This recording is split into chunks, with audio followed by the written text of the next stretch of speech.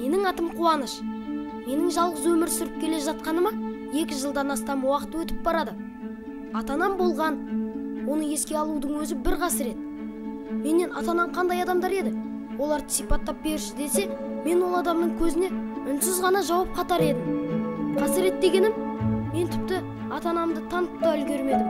Егер әлдекім сенің арманың қандай деп тосыннан сұрақ қояр болса, мен бірден барлық бала ата-анасымен өмір сүрсе, таңертең оятқыштың даусынан оянбаса да, анасының даусынан «Тумам» деп көзін ашса, керемет емес пе? Керемет.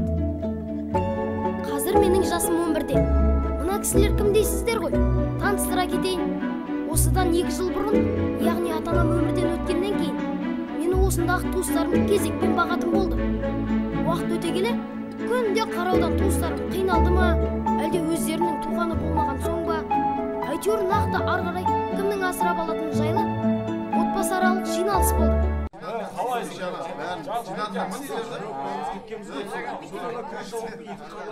Міне, көптен күткен осы жиналыстың басшысы да келді.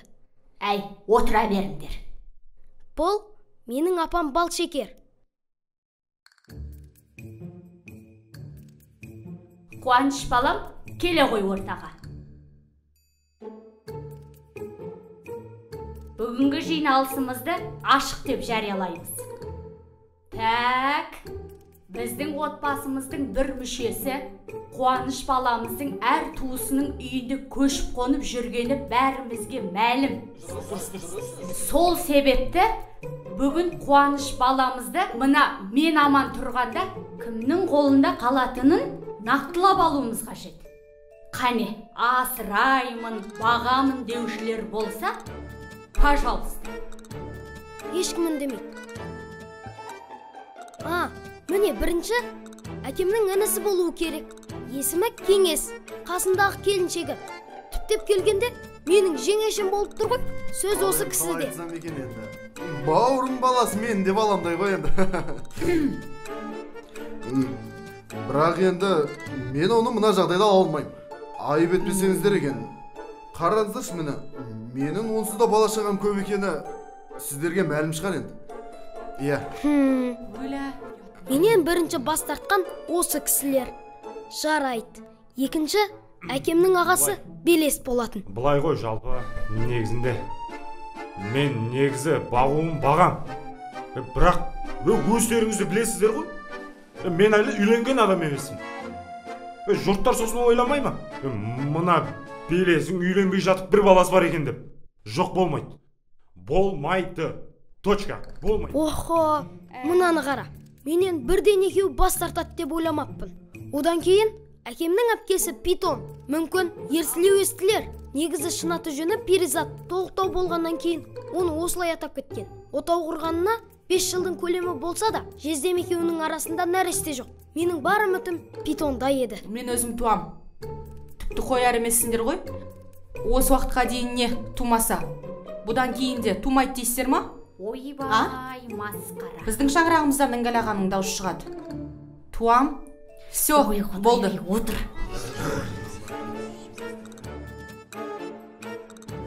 Ал сонымен мен өзім бір шешімге келдім. Кімнің қолында қалатынын Қуаныштың өзі шешсін. Все, разговор окончен. Қуаныш, өзің шеше ғой айналайын. Өй жарығым сол.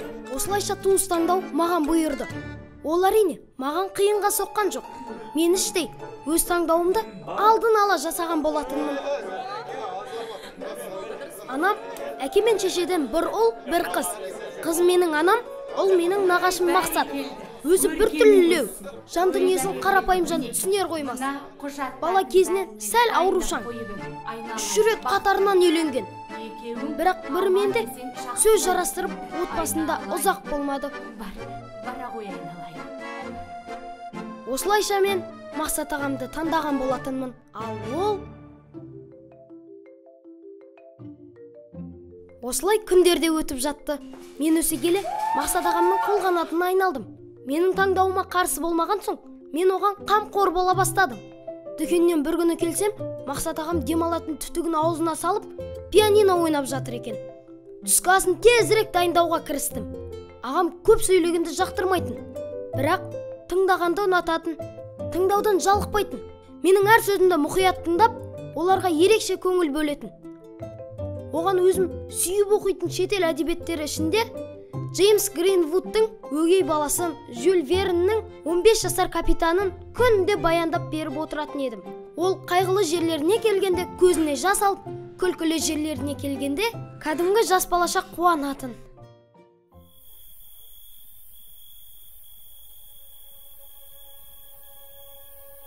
Құрметті оператор ханым, мені мына дүниедегі ең құрметті, ең сүйкімді жандармен байланыстыруыңызды өтінемін. Дыбыстық сигналдан кейін байланыста боласыз.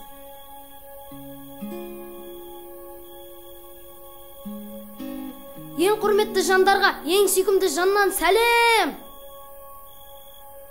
Ол, сендер менімен сәлемдеспейсіңдер ме?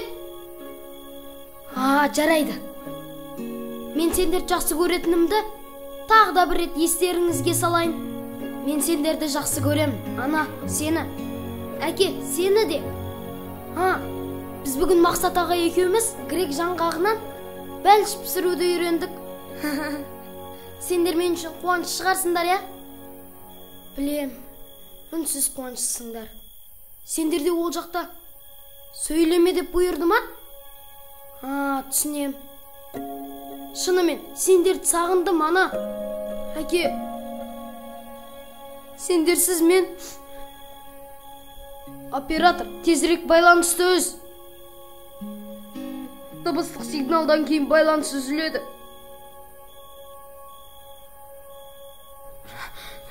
Менің жылағанымды атанам көріп қоймаса болар еді. Мені қиналып жүр екен деп ойлап қалмай ма? Ертемен Мақсат ағама таңғы ас дайындап беремін. Жарайды.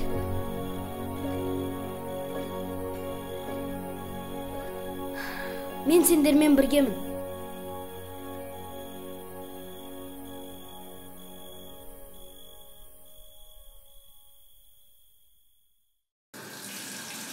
Ауруымның алғашқы белгілері осы сәтте басталды. Мен мұны алғашында ағамнан жасырып жүрдім. Мүмкін жұқпалы ауру шығар деген күдікпен. Кенет далада футболды ермек қылып ойнап жүргенде, ауруымның асқынып дене қызуым көтерілгенін байқадым. Мен есімнен танып құладым. Есімде басқа ештеңе жоқ. Көзімді ашсам, аурухана бөлмесінің бірінде отырмын. Қуаныш, қолыңды көрсетші кәне. Мен не болса да соңын күттім. Бәлкім мен қателесіп жатқан болармын. Бірақ көмекшілермен тексере келе, бұл аурудың түрі әр 70 жылда қайталанып тұрады. Осы сенің алдында ғана Батыс Еуропада Джек деген бір 28 жас жігіт тура осы диагнозбен нақтыланған. Нақты қанша күннен кейін екені белгісіз, саған кәдімгі айдаһардың ұзын құйрығы денеңде пайда болады. Бет әлпетің де айдаһардікіне ұқсап өзгереді. Құлағың да айдаһардың құлағына ұқсас бола түседі. Міне бұлай. Бірақ сен қорықпа, сенің өмір сүруіңе ешқандай да кедергі жасамайды. Адамдар қабылдамаса да өмір сүруіңді жалғастыра бересің. Ең бастысы, қасыңдағылар сенен бас тартпаса болғаны. Тіпті денең ауырсынып мазаңда кетпейді. Маған сен түр түсің айдаһарға айналғанда маған кел. Тағы да бір тексеріп көруіміз қажет. Мен осылай күніге уайыммен жүрдім. Өмірімнің астан кестеңі шықты. Алға қойған жоспарларымды айтсаңшы. Үйге көңілсіз келдім. Айна алдында жиі тұратын болдым. Оң қолымдағы қабыршық енді сол қолыма да пайда болды. Айдаһардың құйрығы шыққан жоқ. Бүгінгі күн тыныш сияқты. Уайыммен ұйықтадым. Кенет мені өзге бір дене ұйқымнан оятқандай болды. Қатты қорыққанымнан айнаның алдына келдім. Қолымдағы қабыршықтар бұрынғыдан басқаша. Көзімді айнаға қарай жүгіртсем, басқа бір құбыжықпен жекпе-жек тұрғандай болдым. кенже ерім осы. Үйді басыма көтеріп айқайлаған күйі Мақсат ағама жүгірдім. Мақсат ағам әжетханадан қолында тазалағышы бар. Қатты дауыстан шошып шыға келді. Менің түрімді көріп қаша жөнелді. Мені Мақсат ағам балалар үйіне өткізетін болды. Мендей құбыжықпен тұрғысы келмейтінін ол осы жолы ашық айтты. Мен өзімді қалуға қанша сұранып көрсем де, менен жеркеніп, барынша құтылуға тырысты. Аптасына демалыс күндері келіп тұруға рұқсат берді. Солай мені арнайы машинамен балалар үйіне алып кетті. Мен құбыжық түріммен машинаның артқы терезесінен Мақсат ағама қимастықпен қарап барамын. Мен ағамның мені жақсы көрмейтінін осы жолы байқадым. Терезеден қарауды тоқтаттым да, орындыққа отыра қалып, мен де егіле кеттім. Бір шетінен Айдағар бейнесіндегі адамның көзінен жас ағызғаны қызықты. Мен жаңа өміріме дайын болуға бел байладым. Мені мұнда барлығы бірдей жақтыра бермейтін.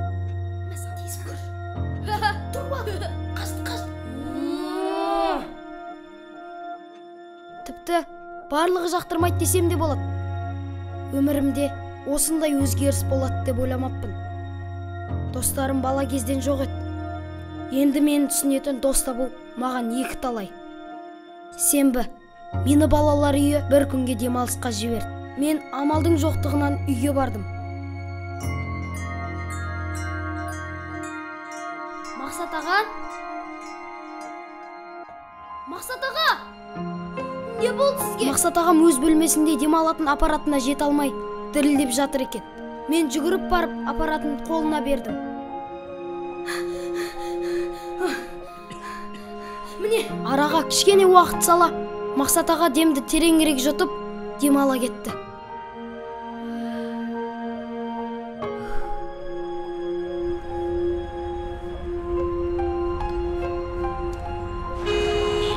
Кететін сәтте жақындады. Бұл жолы мен оның көзінен басқа бір сезімді байқадым. Мен көлікке отырып, көлік терезесінен артқа қарағанымда, ол маған әлденені айтқысы келгендей болды.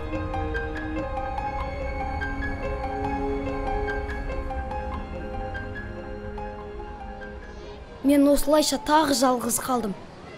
Сол баяғы жер тағы да жалғыз. Кенет есіктен тәрбиеші: Қуаныш, далада сені алып кетуге келіп тұр.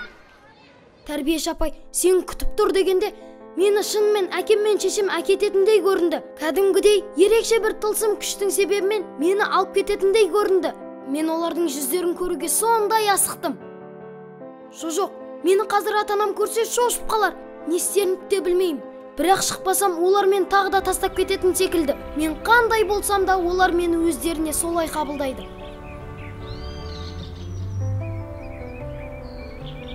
Кенет қарсы алдымда Айдағар киімін киіп алған Мақсат ағамды көрдім.